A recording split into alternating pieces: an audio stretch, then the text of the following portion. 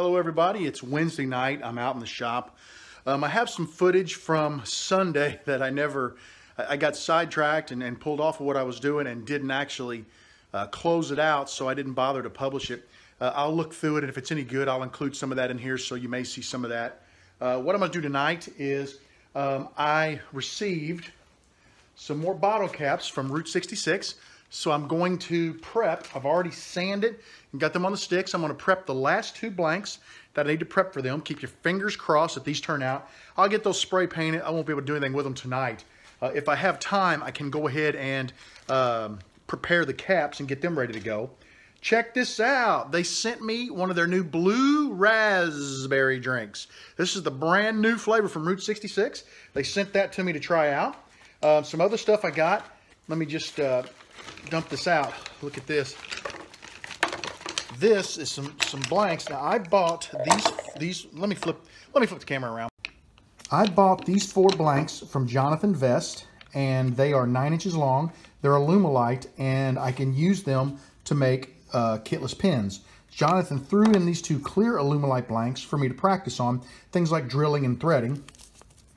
This is a mandrel for the section of the pin, which is the part that you hold to write with.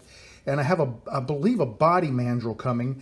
I'm not exactly sure when he's going to mail that to me. It should be any time.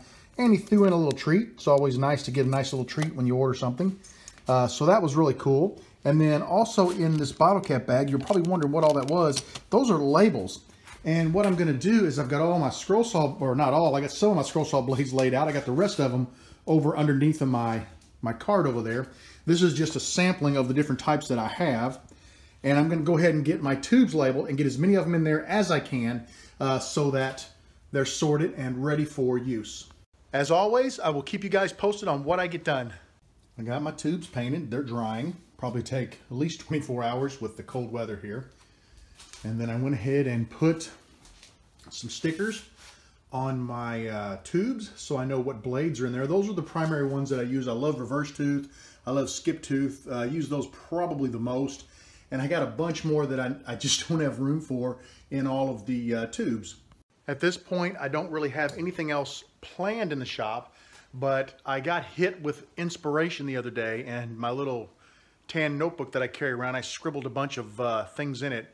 I'm not much of an artist, but I try to draw somewhat of a diagram.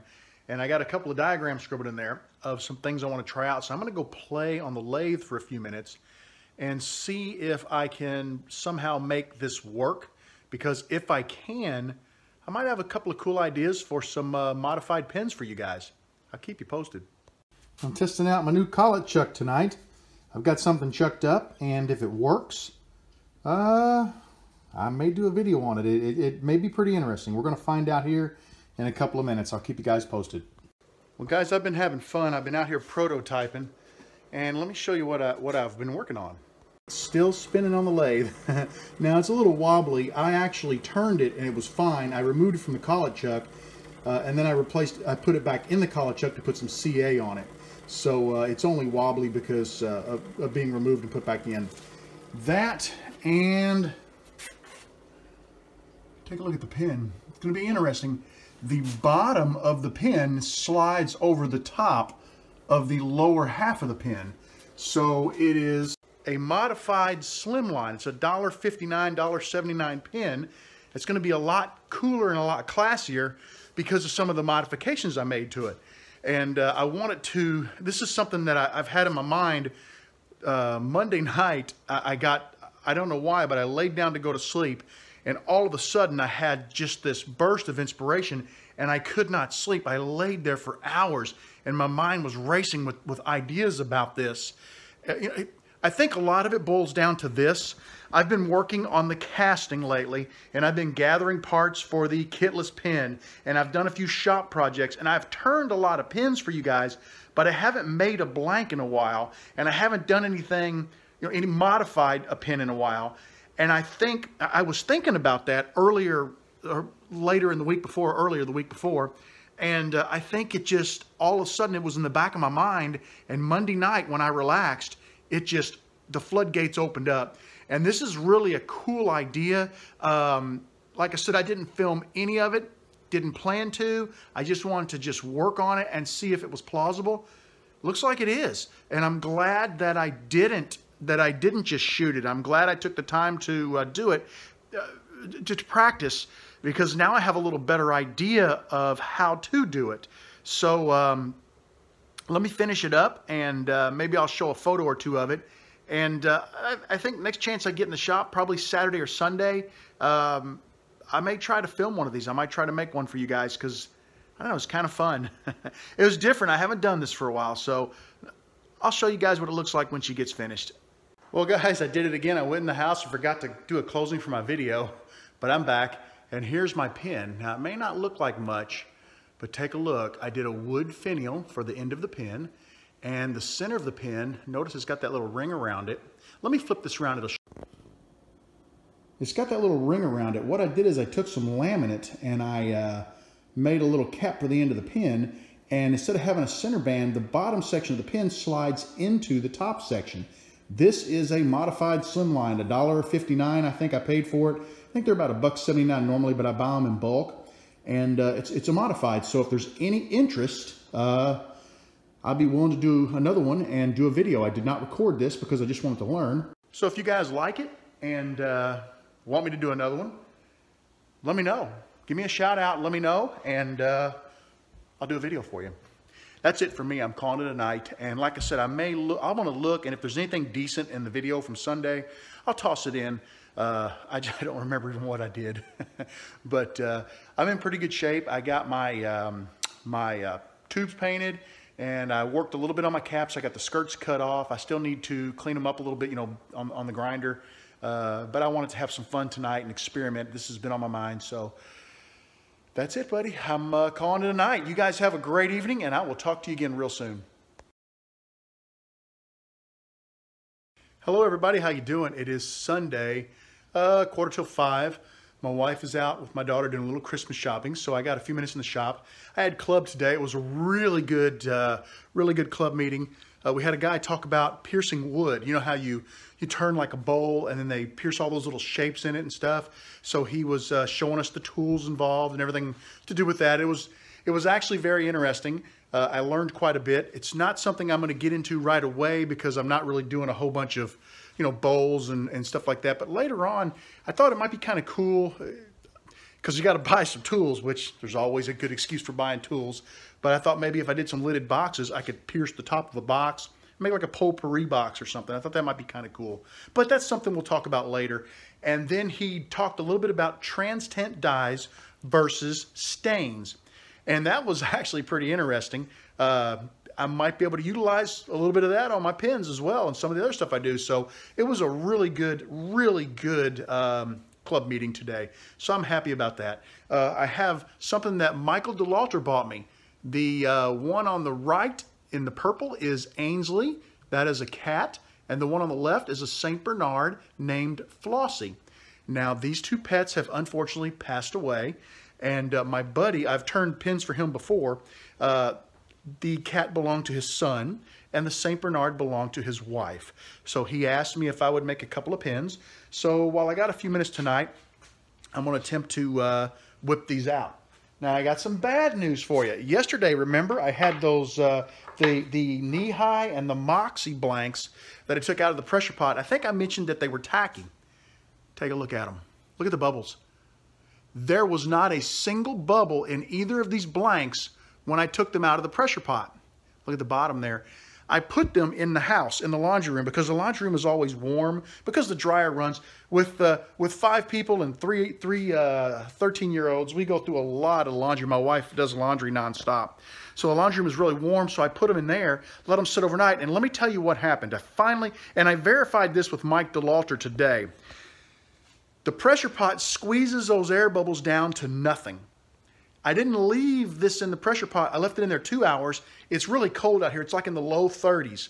So they didn't cure because of the cold temperature. They didn't cure completely. Well, when I took them out and put them in the house, they looked fantastic because the bubbles had been squished. But the resin wasn't hardened. So the bubbles were able to open themselves back up, say, And that's why I got bubbles on them. They're hard as a rock now after sitting overnight, but I'm full of bubbles. The good news is I think I can rescue both of those blanks. I was looking them over. It's not tons and tons of little bubbles. There's a bunch of surface bubbles, and then there are some bubbles right next to the tube. But I think as I get to those, I think I can fill them with CA, and I think I can make those work, and you won't even know they're there. It's going to be kind of fun trying, so I'll do that. I've got 2 more blanks. I've got a XXX root beer and a, what was the other one? Oh, shuck, Moxie, a Moxie in the pot right now. I put them in at 10:30. I pulled them out about 4:30, and they were still tacky. So I put them right back in the pot. I dropped another 40 PSI on them, and they are going to lay in the pot overnight. I'm not going to take a chance. They're gorgeous. Not a single bubble. So I'm keeping that pressure on until that resin can harden.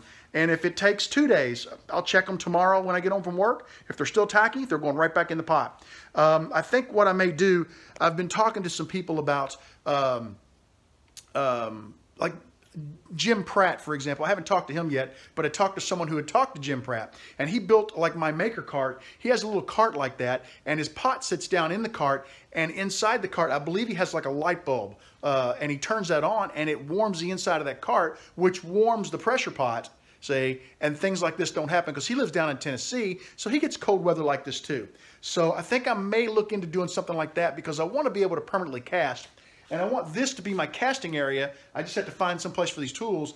And right here where this this dust deputy is, I'm thinking that'd be a great spot to build a little box, set the pressure pot in it, make it the same height as the table so I can just go straight over, drop right down into the pot with my, my rack. And, you know, it's not lifting it up and all that stuff. It's just straight over and down. And then maybe I could put a light in there, like I think you use like a floodlight or like one of those outdoor floodlights because they get really hot. And I could just flip that on, leave it on for the hour and a half, 2 hours while it's in the pot. And that would probably straighten the situation out. So my mind is working overtime on that. But anyway, I'm going to let you guys go because I want to get to turning. And hopefully I can get a cool looking pin to show you here in a little bit. All right, I'll talk to you soon. I got the first blank turned down. What I got to do next is hit it with a little bit of micro mesh. But what I'm going to do is while I got all my turning stuff out, I'm going to go ahead and turn the other one down. You'll notice I am turning between centers. These are turn between center bushings that are designed for the Wall Street Sierra style pins, and they work great. This lathe is just doing a wonderful job with the turn between center. So I'm sold on it for the single blank pins. Now you'll still see me using the mandrel because I'm not going to go out and replace all my bushings. As my bushings wear down, and bushings do wear out, I'm going to replace them with these style bushings. Let me show you how they work. But you can see they're very substantial bushings, and these are designed for the 27/64 inch tubes that the Wall Streets, the Sierras, the Monarchs, any of that particular style pin uses. So when that goes between centers, it's got a cone in there that seats on either a 60-degree live center or a 60-degree drive center, and seats very tightly. And that's a very substantial post, so they don't move at all. There's a little better look at the blank. It was kind of dark. This is going to pop. I mean, that purple is going to look awesome whenever I sand it up or when I polish it up. Let me get the other one on there and we'll see what it looks like. Here's a little better look at the flossy blank. She was a beautiful St. Bernard. It's going to be amazing when this thing is polished up. Michael did a great job. I really love the daisies around the outside of the photo. He just did a great job with it. So I'm looking forward to polishing this one up.